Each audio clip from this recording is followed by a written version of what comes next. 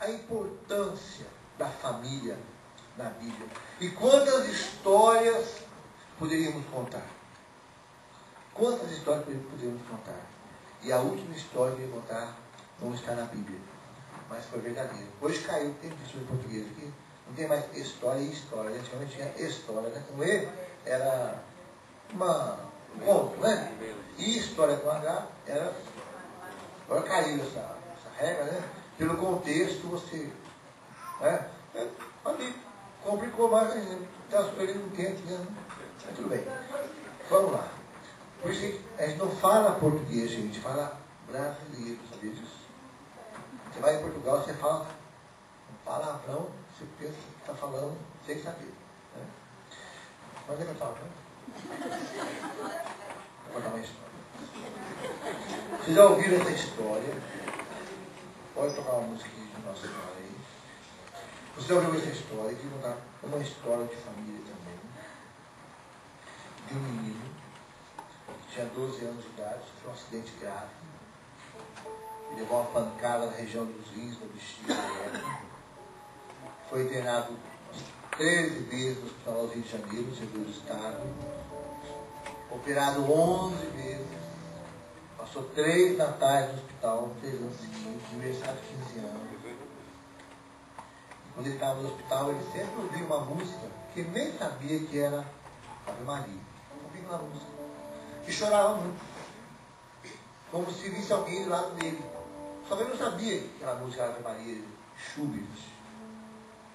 Ele ouvia aquela música com uma cozinheira, carta uma cebola, a lágrima desce, a lágrima vinha. A gente está conversando, começava a música, e sempre 6 horas da tarde tinha oração no Júlio Lousada, na antiga rádio Tupi, e rezava essa oração. Então esse menino estava lá já quase 4 meses internado, não recebia visita, porque a família era pobre, os pais quase não iam visitar, e ele ficava ali. Na hora da visita ele tomava banho, passava talco, sempre. Ele não tinha perfume, passava cheiroso. Então, quem sabe alguém não visitava ali, era um molecão.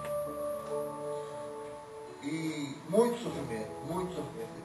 Porque, como ele deu muita anestesia geral, os médicos faziam umas coisas com ele assim, meio sem anestesia. Às vezes infeccionava a cirurgia, que dava os apertos da própria cirurgia. E o médico falava, você é um homem ou um rato? Ele falou um rato. E foi muito sofrimento. Quando vinha carrinho curativo, que geralmente descia um vidro de éter, batendo no vidro de benzina, tinha um tal de retrato de prata, que passava assim em cima, mesmo, nossa, benzina, vinha aquilo batendo, já começava a gritar lá na cama, né? Sabia que ia ralar. Sofrimento muito grande. Mas aí, depois de quase 3 meses, o médico falou assim, estou cansado de ver a sua cara. Amanhã você vai embora. Deu alta para ele. Naquela noite ele nem pensando em rever a família, o frango, o macarrão que a mãe dele fazia. E naquela noite pensando em ir embora, nem dormiu aquela noite, já 3, já vai estar bom no banho, já vai embora no dia de manhã.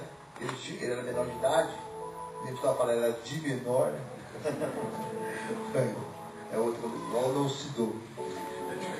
Ele era menor de idade e ele, então, tinha uma autorização para ir embora. E pensando em ir embora, ele fez uma promessa. E durante uma semana ele ia à missa. Obrigatório, ninguém tem vergonha. Só vai à missa na sexta-feira santa. Que é o dia que não tem missa. Ele ia à missa na sexta-feira santa. Aí, ele brotou no coração dele o desejo de ir à missa durante uma semana. Ele fez aquela promessa. Quando eu chegar, fez o médico chegou de óculos, já foi embora, pegou o ônibus, foi embora. Chegou em casa, não estava esperando, chorar, festa, meu frango, macarrão, os amigos chegando e tal. Deu 6 horas, o sino da igreja, e ele lembrou a promessa. Falou, mãe, eu fiz uma promessa. Falou, vai, meu filho. E ele foi cumprir a promessa dele. Quando ele estava bem doente, a tia, que era espírito, levou ele várias vezes para lá para ele, e tinha uma farofa de torresmo muito gostosa, ele gostava de dar farofa lá no Estelino. E ele foi então nesse clube de jovens, e lá tinha uma moça falando, e eu falo e você repete a frase que ela falava. Deus nunca abandona a gente. Mesmo quando a gente não o vê, não sente a presença dele, ele está do nosso lado. E onde ele está, está sua mãe Maria.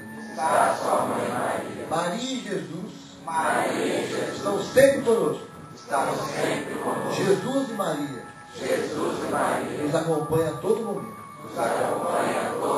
E ela insistindo nisso. Quando ele ia falando isso, parece que ele estava ouvindo a mesma música do hospital. Parecia que a voz daquela moça, uma menina de 15 anos, que ela falava era o que o meu sentimento quando ele estava no hospital. Aquela criança forte dele, foi entender então que era Nossa Senhora estava com ele.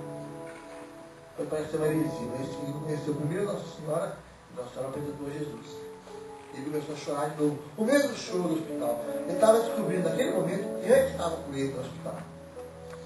Então ele levantou e falou, olha, sua mão, você pode falar. E ele disse, eu queria dizer para você, que nós 15 pessoas, prestando atenção, você está prestando atenção assim, dizer que isso que você fala é verdade. Que eu experimentei na minha vida. Só que eu não sabia que era Nossa Senhora, eu não sabia que era Jesus. Eu passei, aí contou, falou pela primeira vez o testemunho dele, falando que tinha passado, tinha vivido, é verdade? Contou, né, tudo o que tinha passado e prometeu, olha, eu prometo que nunca mais vou deixar essa mãe. Nunca mais vou deixar esse Jesus. Nunca mais na minha vida. E já faz 34 anos que isso aconteceu. Eu sou esse menino.